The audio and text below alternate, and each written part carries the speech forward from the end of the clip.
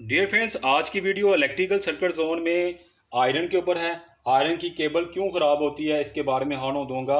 क्या आपने कभी देखा होगा कि इसी की मेन वायर क्यों जल जाती है, मुख्तलिफ जगह से पंचर क्यों हो जाती है। ये आप देख रहे हैं, ये पंचर होने की मेन रीज़न क्या होती है ये आपको एक्सप्लेन करूंगा। आखिर ऐसा क्यों होता है, क्या इसकी वजह सिर्फ ख़राब वायर ही होती है या इसके पीछे कोई और इलेक्ट्रिकल मसला हो सकता है। आज की वीडियो में हम आपको जानेंगे कि इस्त्री की मेन वायर क्यों जलती है, इसकी असल वजूहात क्या हैं, ताकि आपके नॉलेज में इजाफा हो सके। फ़र्स्ट ऑफ ऑल जो चीज़ आती है वो आती है डीला कनेक्शन। सबसे आम वजह जो होती है डीला कनेक्शन। ये जो कनेक्शन होते हैं हमारे, ये अगर ढीले हो जाएं या लूज़ हो जाएं, उस सूरत में हमारी केबल पर इफेक्ट आता है। या हमारा ये जो प्लग है अनबैलेंस तरीके से सॉकेट में लगा होगा, उस सूरत में इसके ऊपर इफेक्ट आता है। इसकी वजह से इसकी रजिस्टर बढ़ जाती है। रजिस्टर बढ़ने की वजह से वो जहाँ दूसरी जगह से गर्म हो जाती है, कुछ अर्से के बाद वायर की इंसुलेशन जो है डैमेज होना शुरू हो जाएगी। ये देखें, यहाँ से डैमेज होना शुरू हो जाएगी और ये जब डैमेज होगी जिससे क्या होगा, हमारी वायर जल जाएगी, मुख्तलिफ जगह से पंचर होना शुरू हो जाएगी। ये एक मेन रीज़न होती है लूज़ पॉइंट की वजह से, लूज़ कनेक्शन की वजह से। इसके बाद आ जाता है ओवर करंट या ज़्यादा करंट। अगर इस्त्री का हीट एलिमेंट ख़राब हो जाए या इसके अंदर शॉर्ट सर्किट हो जाए, उस सूरत में भी इस्त्री मामूल से ज़्यादा करंट खींचती है। ज़्यादा करंट की वजह से मेन वायर गर्म हो जाती है और अगर काफ़ी देर तक यही हालत रहे तो हमारी ये जो वायर है ये ख़राब होना शुरू हो जाएगी, ये मुख्तलिफ जगह से पंचर होना शुरू हो जाएगी। ये मेन रीज़न होती है अगर इसका ओवर करंट वाला हीट एलिमेंट जो है वो ख़राब हो जाए तो। इसके बाद आ जाता है थर्ड नंबर जो रीज़न आती है वो आती है मियार की वायर, मतलब है अच्छी क्वालिटी की वायर ना हो। बाद लोग क्या करते हैं, सस्ती वायर ले आते हैं मार्केट से। वो क्या पैसे तो बचा लेते हैं, बहुत पतली वायर होती है, जिसकी वजह से क्या होता है कि ये वायर ज़्यादा करंट बर्दाश्त नहीं करती, ज़्यादा जल्दी गर्म हो जाती है, जिससे जल्दी ख़राब हो जाती है और ये पंचर हो जाती है, जिसकी वजह से हमें नई फिर वायर लगानी पड़ती है। हमेशा अच्छी क्वालिटी की मुनासिब जो है गेज वाली हीट रजिस्टर वाली वायर इस्तेमाल करनी चाहिए। इसके बाद आ जाता है इसकी सेटिंग के लिहाज से देखा जाए, हम जब इसको इस्तेमाल करते हैं, इसको मोड़ना तोड़ने वाला सीन क्या है। ये अक्सर हम जब इसको इस्तेमाल करते हैं तो इस्तेमाल करते वक्त अक्सर वायर को एक ही जगह पर हम इसको रिंग बना देते हैं, बार बार मोड़ते हैं, जिसकी वजह से इसके जो रेशियो होते हैं, ये देखें, इसके जो रेशियो होते हैं ये डैमेज हो जाते हैं। रेशियो डैमेज होने की वजह से मुख्तलिफ जगह से रेशियो टूट जाते हैं, जिसकी वजह से चंद वायर बाकी रह जाती हैं, तो पूरा करंट सही तरह नहीं गुजरता, जिसकी वजह से वो ज़्यादा गर्म हो जाती है, जिससे हमारी वायर जल जाती है, मुख्तलिफ जगह से पंचर हो जाती है। ये मेन रीज़न होती है। इसके अलावा आ जाता है 5 नंबर जो रीज़न आती है, बहुत इंपॉर्टेंट होती है, वो आती है खिलाफ प्लग।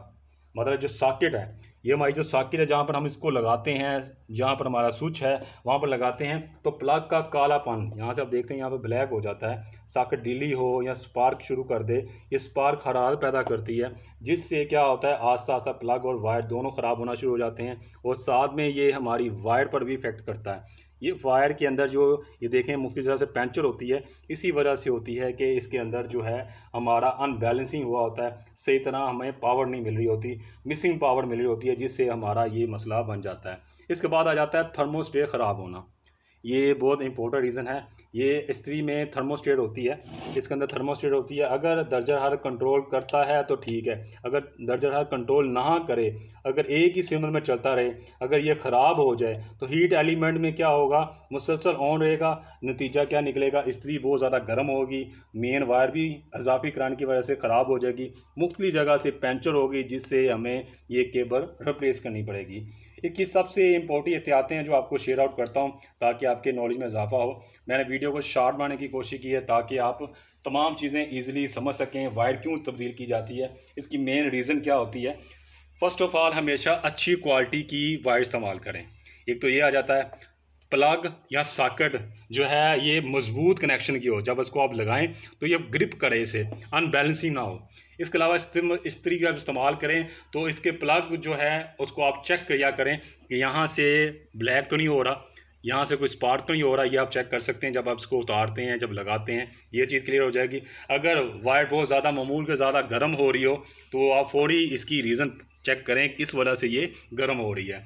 दोस्तों आज की जो वीडियो थी, इस्त्री की मेन वायर, सिर्फ वायर ख़राब होने की वजह वायर नहीं होती, इसके अंदर कनेक्शन होता है, ओवर करंट होता है, ख़राब प्लग भी हो सकता है, मियारी केबल भी हो सकती है, थर्मोस्टेट भी हो सकती है। और इसके जो मेन वजूहात आपको शेयर आउट की, जिसकी वजह से हमारी ये केबल जो है हमें रिप्लेस करनी पड़ती है, ये मेन रीज़न होती है जिसकी वजह से हमारी केबल ख़राब होती है।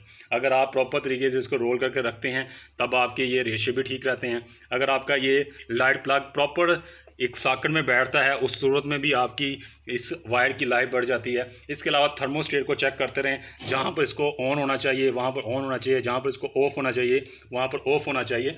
आपको ये रीज़न सारी क्लियर होनी चाहिए। थर्मोस्टेट के लिहाज से भी आप ये चेक कर सकते हैं। इसके अलावा जब भी अगर आप वायर तब्दील करते हैं तो अच्छी क्वालिटी के लें। एक 100 रुपये या 150 रुपये का फ़र्क आता है, उससे क्या होगा, आपकी सेविंग तो हो जाएगी लेकिन आपका रिस्पॉन्स अच्छा नहीं आएगा। अच्छी रेंज की, अच्छी गेज की आप केबल इस्तेमाल करें ताकि आप अपने घर की ये जो आयरन है इसकी केबल का रिस्पॉन्स अच्छे से अच्छा ले सकें। मेरी आज की जो क्लिप था वो आयरन की केबल के ऊपर था।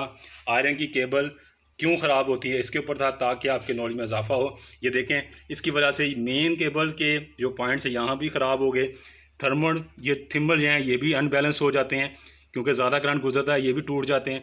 मुख्तलिफ जगह से पंचर हो जाती है, देख रहे हैं मुख्तलिफ जगह से पंचर हुई है, ये हालत होगी। इससे आपको शॉर्ट भी लग सकता है। अक्सर हमारा शॉर्ट इसी वजह से लगता है कि ये ज़्यादा करंट गुजरने की सूरत में जब हम इसको हाथ लगाते हैं, इसके रेशे निकले होते हैं, हमारे हाथ को टच होते हैं, जिससे हमें शॉर्ट लगता है। ये मेन रीज़न जो आपको मैंने शेयर आउट की ताकि आपके नॉलेज में इजाफा हो। जब इस तरह की रीज़न हो, कोशिश करें इसके ऊपर टेप ना करें, केबल को फ़ौरन रिप्लेस करें, क्योंकि एक जगह से आप टेप कर देते हैं लेकिन उस जगह से करंट तो आपने सेव कर लिया, आप अपने आप को सेव कर लिया, लेकिन दूसरी जगह पर और जगह पर पंचर हो जाएगी। ये देखें, अगर ये छोटा सा पंचर हुआ है तो अगली जगह पर बड़ा पंचर होना शुरू हो जाएगा, उसकी जगह और बड़ा पंचर शुरू, क्योंकि इसके रेशे डैमेज हो चुके हैं। ज़्यादा करना आगे फ्लो होगा, जिससे क्या होगा, हमारी ये केबल डैमेज होना शुरू हो जाएगी और हमारे किसी को शॉर्ट लगने का अंदेशा होता है। ये सबसे बड़ी रीज़न आपको मैं शेयर आउट की। आपने ये जहन में रखना है, जब भी आपकी केबल ख़राब हो, कहीं से पंचर हो, आपने न्यू केबल लगा कर इसको सेव करेंगे। मेरी वीडियो को इसी तरह लाइक कीजिए, मेरी वीडियो को इसी तरह वॉच कीजिए।